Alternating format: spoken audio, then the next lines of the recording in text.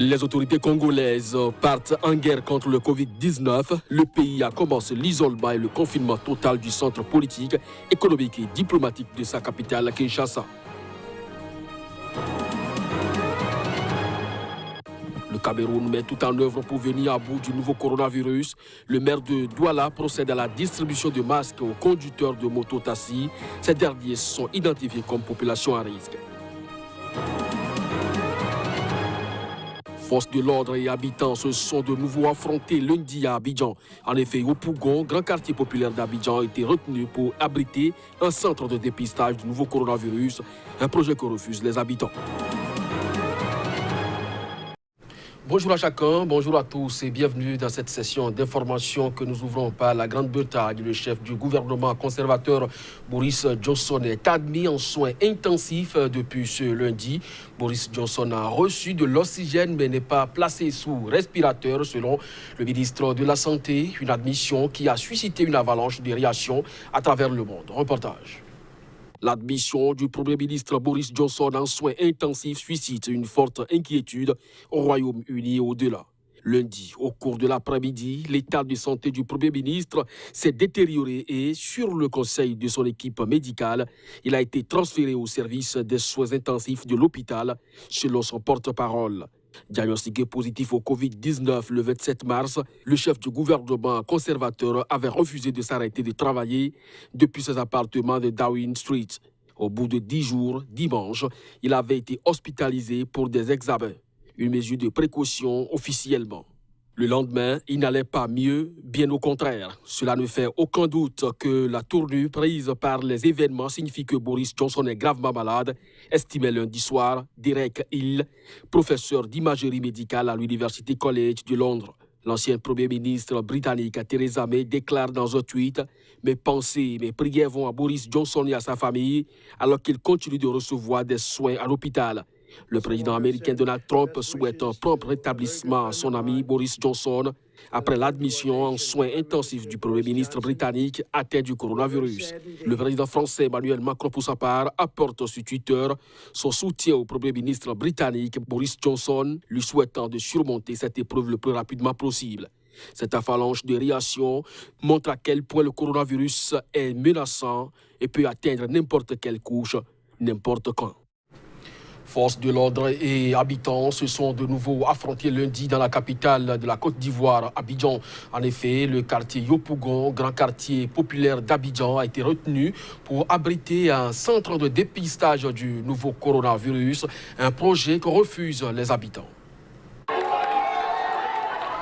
Les habitants de Yopougon en Côte d'Ivoire se sont encore opposés lundi à la construction d'un centre de dépistage du Covid-19. Ceci a donné lieu à des heurts avec les policiers anti-émeutes qui ont tiré des grenades lacrymogènes et démantelé des barrages sur la route. 12 arrestations s'en sont suivies. Dimanche soir, des habitants de Yopougon avaient déjà protesté s'en prenant au chantier du centre de dépistage.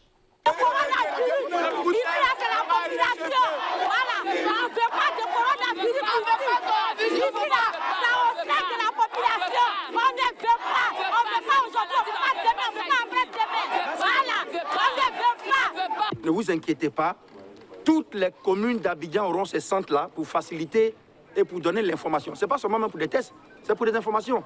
Parmi vous, il y en a qui auront la fièvre ce soir, ou bien tout à l'heure. Il y en a qui auront la toux, il y en a qui vont tousser, enfin, qui auront des maux de gorge, il y en a qui vont se sentir bizarres.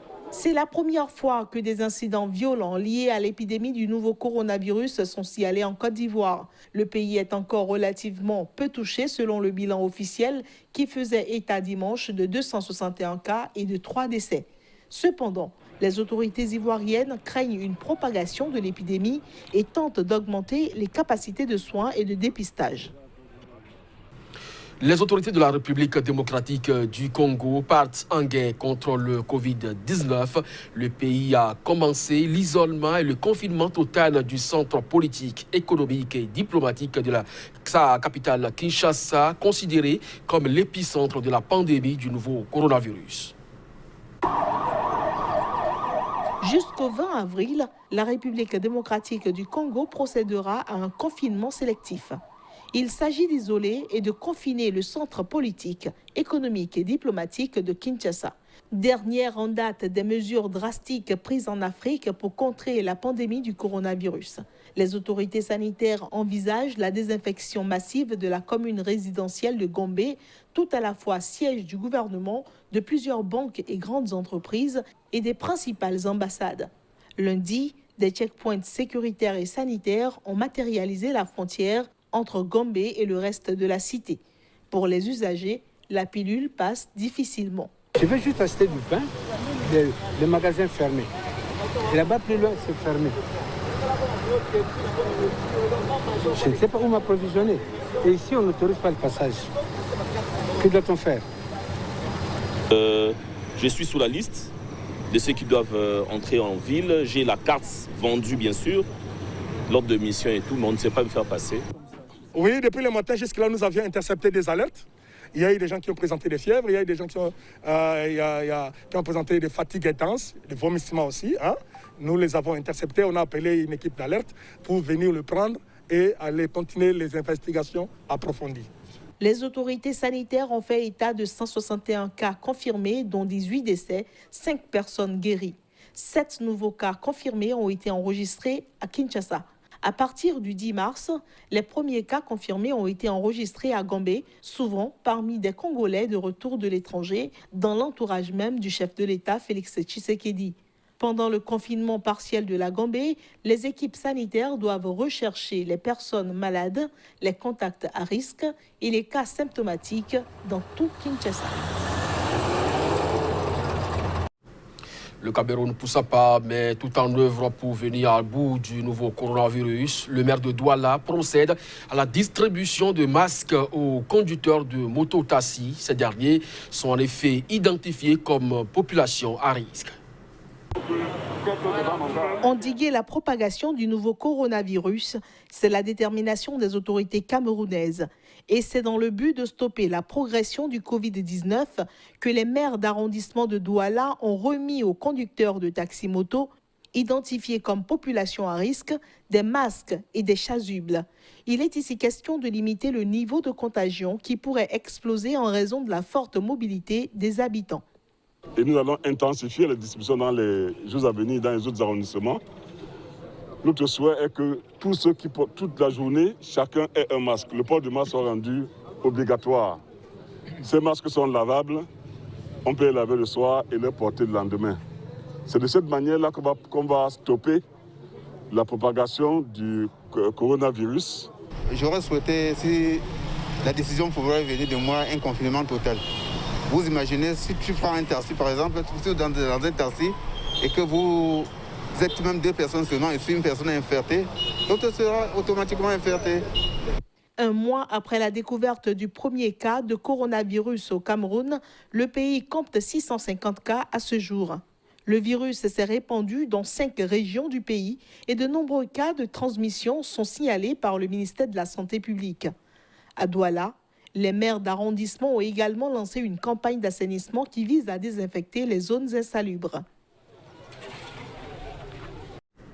Le secrétaire général des Nations Unies, Antonio Guterres, à travers une déclaration, exhorte le monde à protéger les femmes. Selon lui, les mesures de confinement pour lutter contre le coronavirus sont essentielles, mais peuvent piéger également les femmes avec des partenaires violents.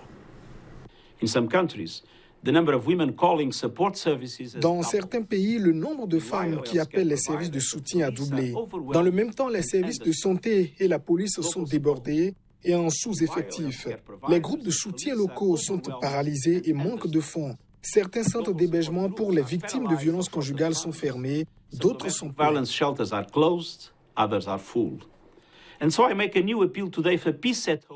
Je lance aujourd'hui un appel à la paix à la maison et dans les maisons à travers le monde. Nous savons que les confinements et les quarantaines sont essentiels pour ralentir le Covid-19. Mais ils peuvent piéger les femmes avec un partenaire violent. Ces dernières semaines, alors que les pressions économiques et sociales et la peur ont augmenté, nous avons assisté à une recrudescence horrifiante des violences conjugales dans le monde.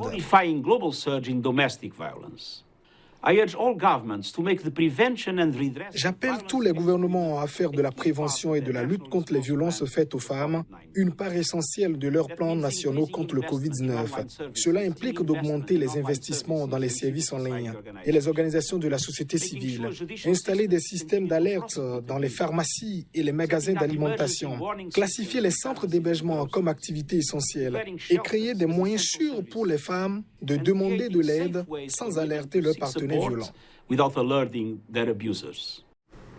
En République démocratique du Congo, Vital Kamerhe a été convoqué par le parquet dans le cadre de l'enquête sur le présumé détournement de fonds alloués à un programme d'urgence du président, ce qui inquiète son parti qui dénonce un acharnement. L'Union pour la nation congolaise, le parti du directeur de cabinet du président Félix Tshisekedi, a dénoncé un acharnement et une campagne de diabolisation suite à la convocation de son président Vital Kamerhe. Celui-ci a reçu une invitation du parquet général de Kinshasa en rapport avec la gestion des deniers publics alloués aux travaux des 100 premiers jours du quinquennat du président Félix Tshisekedi. Plusieurs interpellations ont eu lieu en mars dernier. Des dirigeants d'entreprises privées et publiques ont même été envoyés en prison avant d'être relâchés. Dans une déclaration politique, l'Union pour la nation congolaise a exprimé sa détermination de mettre hors d'état de nuire par toutes les voies de droit quiconque est impliqué dans cet acharnement. Le parti a également réaffirmé son attachement à la coalition avec le président Félix Tshisekedi. Une coalition issue d'un accord sans lequel le parti Cap pour le changement n'aurait pas vu le jour et ne serait pas par conséquent arrivé au pouvoir. Selon cet accord, c'est Vital Kamerhe qui doit être le dauphin de Félix Tshisekedi à la présidentielle de 2023, rappelle l'entourage du directeur de cabinet. En février dernier, Félix Tshisekedi avait lui-même dénoncé les menaces et manipulations dont feraient l'objet les magistrats engagés dans l'instruction. Des personnes interpellées étaient, toujours selon le chef de l'État, victimes de mauvais traitements dans l'unique but de leur extirper des aveux.